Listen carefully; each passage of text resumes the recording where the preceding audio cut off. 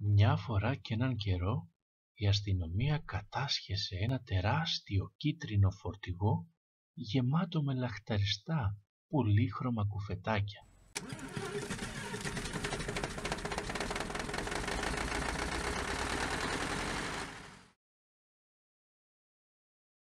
Ο αστυνομικός, μιλώντας στον ασύρματο, δίνει οδηγίες στον οδηγό του φορτηγού για να κάνει όπισθεν στο σημείο που θα ξεφορτωθούν τα κουφετάκια.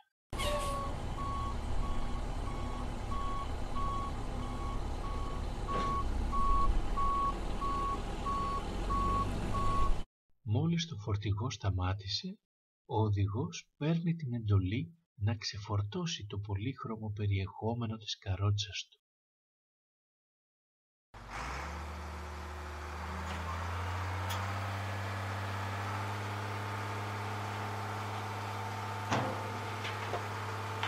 «Εντάξει, παιδιά, το φορτίο ξεφορτώνεται γλυκά γλυκά, τόσο γλυκά που τρέχουν τα σάλια μου».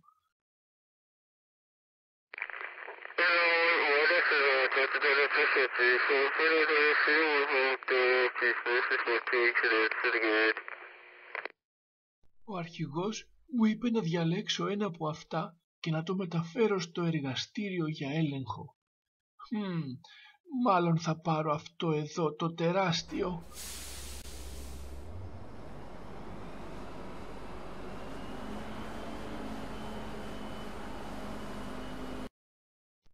Hey, εσείς παιδιά, θέλετε ένα? Πάρτε, μα πάρτε.